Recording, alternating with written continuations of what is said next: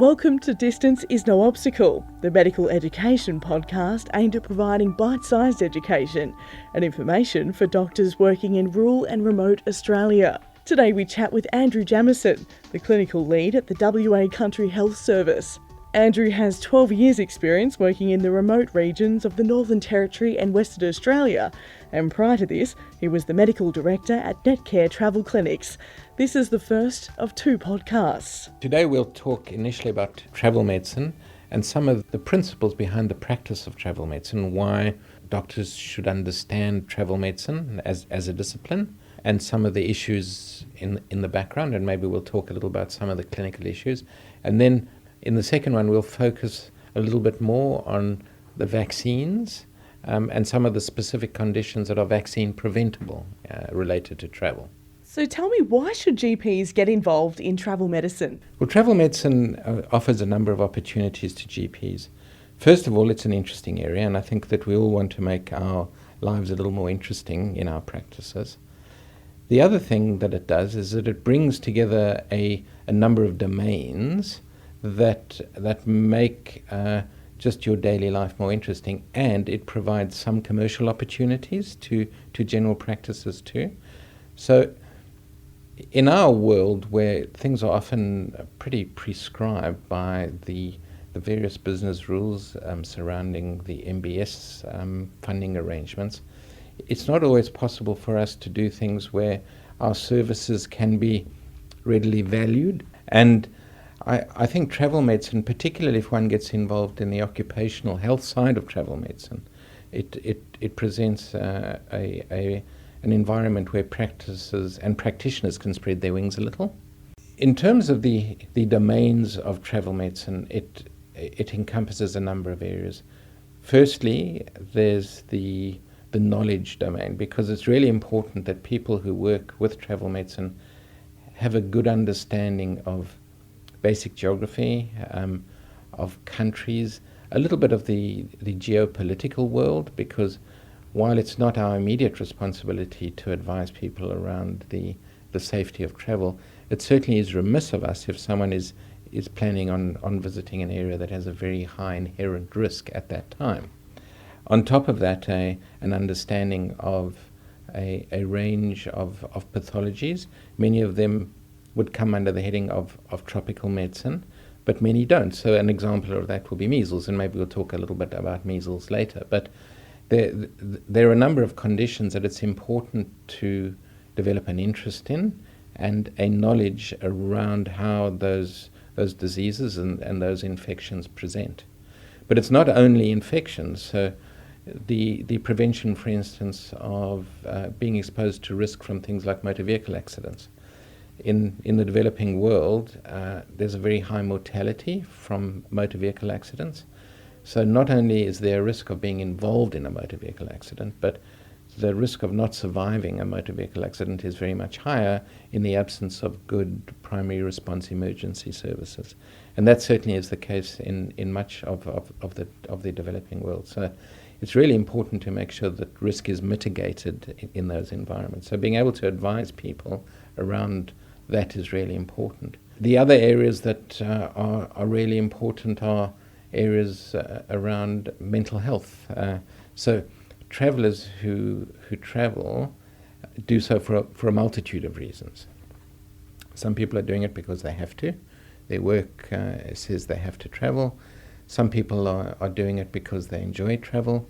Some people are doing it to find themselves. Some people are doing it to escape circumstances that they might find themselves in. And that whole gamut does lead towards a significantly higher incidence of mental health issues in travellers.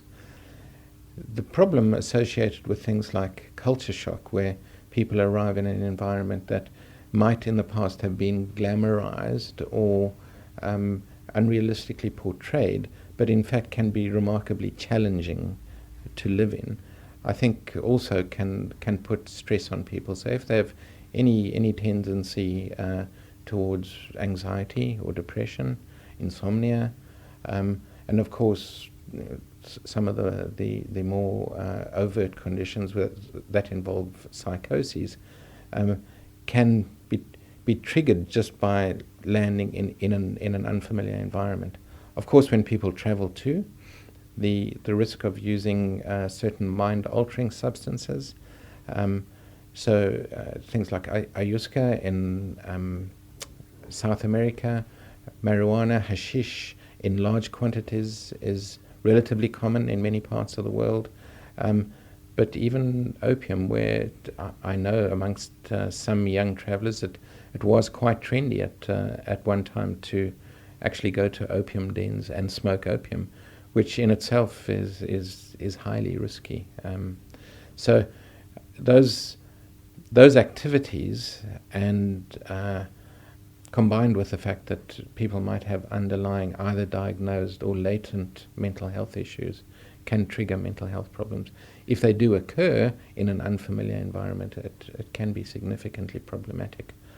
Of course, and we'll maybe talk about this in a little more detail, there are some medications, particularly around the prevention of malaria, that have been implicated with the exacerbation of underlying mental health issues. So it also is a significant risk when, again, the ability to get treatment or have a mental health condition treated might be really difficult. If someone gets a condition like that, it's much worse than if they'd got it at home. In terms of other areas that are really important, occupational health.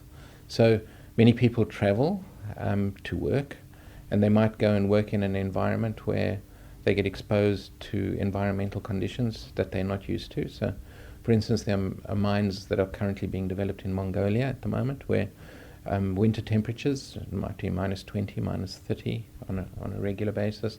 Similarly in Canada, in Africa, South America, heat is a significant issue. Heat and humidity, exposure to things that might expose people to toxins like insect, spider, and snake bites might well be an issue in some environments. So that occupational risk, where people are often working on a fly-in, fly-out basis, often relying on that income, they don't have the support of their families with them, and living in a new and challenging environment can place significant stress on them.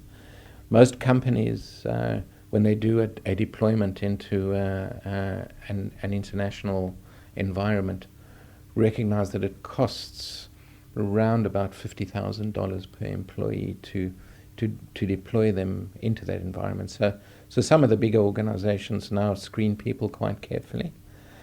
Sometimes people are deployed with their families into environments, and going to live in a country where basic services are not assured, where things are expensive, even though the level of poverty in some countries might be very high, the costs of living for expatriates can be inordinately high, associated with the fact that one often needs to have assured power and water supplies, the costs of telecommunications, the costs of local travel, the costs of security, where many people are obliged to hire local security services. And then on top of that, the availability of medical services just for day-to-day problems can be really problematic. There are many instances of small hospitals throughout the world admitting expatriates for relatively minor conditions and not discharging them until their bill has been paid in full. And so it means that people are in the very difficult situation of almost being held against their will, with the hospital bills mounting up quite rapidly, in an environment that is entirely alien to them, maybe a language that's strange, or a culture that's completely different. So it can be a pretty challenging environment for people. So what does one need to know to become a good travel doctor? Well, it's important to know about the risks of travel. And it's important to apply those risks in a sensible way. So, for instance, if someone is traveling to East Africa, to Nairobi, and they're going to do business in central Nairobi for 2 nights, staying in an air-conditioned hotel, doing business and leaving. That's completely different to if they were traveling on a safari or going to the Rift Valley or any of those areas. So it's really important to have a really good understanding of geopolitical issues in the region that the person's traveling to. It's important to have an understanding of the international health regulations, as we have discussed. It's also important to really have a good grasp of one's vaccines. We're very fortunate in Australia that the Australian immunisation handbook is a really useful resource. It does deal quite comprehensively with travel vaccination. But I would normally suggest to people, if you're planning to get involved in travel medicine on a more regular basis, to consider doing one of the courses.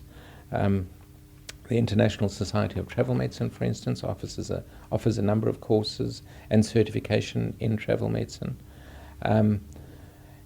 The other areas that one should be familiar with is, I think, a good basic knowledge of tropical medicine, and one certainly doesn't have to have a deep and profound knowledge, but one certainly needs to have a broad knowledge and a sufficient knowledge to be able to advise patients who might be your patients, even though, in fact, most of the time the people who travel are not patients because they're travelers.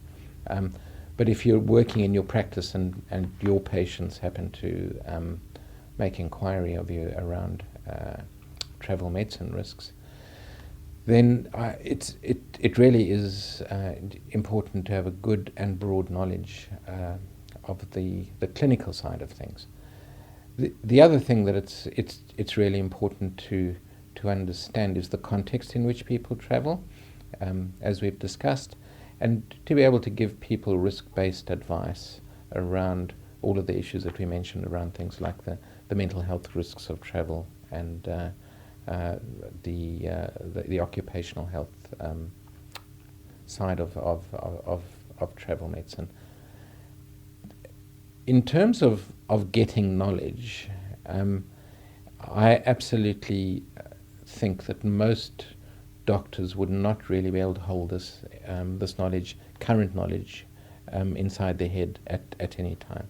So it's important to develop a familiarity with some sources of information. And there are a couple of really reliable sources that are out there. One of which is the World Health Organization. So the World Health Organization maintain a database of travel health risks, and a simple Google phrase to use for that would be WHO travel risks. There's a travel medicine handbook that is published by the World Health Organization, and similarly the Centers for Disease Control in Atlanta, in the US, publish a guide to travel medicine. That, again, a simple Google search on CDC travel medicine guide will throw that up. One of the other areas that provides a really good geographic guide to travel medicine risks is the National Health Service, and the search term to use for them would be NATHNAC. It's a rather unusual word, NATHNAC as a Google term, and the NATHNAC database is excellent in that it's country specific and rather detailed. So, for instance, if you're going to visit Zimbabwe, it would tell you, if you're going to this part of Zimbabwe, you need to take malaria prophylaxis, but if you're going to this part, you don't need to. So it's quite specific around the risks within the country itself. So it's really important to develop a good knowledge of these databases. Unfortunately, it's my experience that the travel medicine databases that are made available through the GP software are not that good. they tend to be rather blunt instruments, and most people end up with very broad recommendations for immunizations that are not necessarily that well tailored specifically to destinations. What advice do you have for patients about travel insurance? Pretty simple, really. Don't travel without it. If you should become unwell without travel insurance in a place like West Africa or Central Africa, it can cost easily up to $250,000 just for the flight to get you out of there, to take you to Johannesburg or London. It's just not worth traveling without travel insurance. And just be careful of things that could negate travel insurance. So not having an international driver's license when riding a scooter is one that is a well-known risk. Sometimes simply riding a scooter is enough to negate travel insurance. So make sure you're absolutely familiar with the terms and conditions of your travel medical insurance. If you demonstrate to have acted illegally and have particularly driving a motor vehicle, I think it's been tested that if you've had alcohol and fall over, it's not that much of a risk in terms of your insurance negating, obviously, unless if you're doing something really stupid.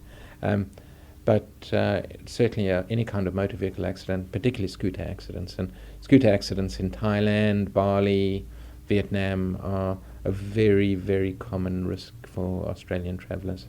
So when's a good time for patients to think about visiting the doctor, the travel doctor, before they go overseas? I'd recommend that people really go and visit a travel medicine centre if you're particularly going to a high-risk destination, between 6 and 8 weeks before departure. Don't leave it after that, because sometimes to complete a course of vaccinations, for instance rabies, will take a while.